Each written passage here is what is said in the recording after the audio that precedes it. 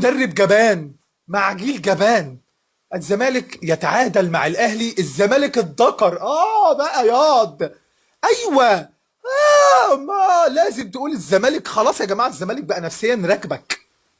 يا جماعه برافو اهو. تحياتي لكل لعيبه الزمالك، تحياتي لكل فارس ابيض، تحياتي للراجل اللي ماسك النبله واللي ماسك السهم، تحياتي للمدرسه وللفن وللهندسه. ليه يا اسامه؟ هم عملوا ايه ياض بقى؟ عملوا ايه؟ ده المفروض ما يعملوش حاجه، ده المفروض ما يتنيلوش يعملوا حاجه.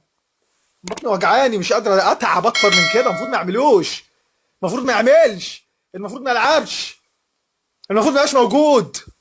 اه ما تزعلش، يزعل ولا يلا خدوها بقى وقصقصوها وزعلوا بمشاكله دي. المفروض انزل اكسب اربعه. انا قلت امبارح في ليله المباراه اكسب اربعه. برافو عليهم، برافو يا جماعه. الناس اللي كلهم جوه لا حد فيهم بيعرف يتكلم ولا حد فيهم اداري، عندهم وقف قيد، ما عندهمش نادي، ما عندهمش لعيبه. لا يا جماعه عندهم لعيبه معلش، بس عندهم بقى حاجه هم مؤمنين بيها، ان انت مش احسن مني، وان انا بقيت انزل حتى لو انت كسباني وهتجيب فيها جون هقدر ارجع في المباراه.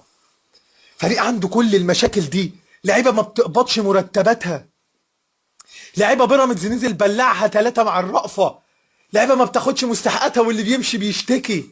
ومع ذلك هلعب، ومع ذلك هسجل، ومع ذلك هلتزم في الملعب، ومع ذلك هبقى راجل من الجبنه والمدرب الجبان.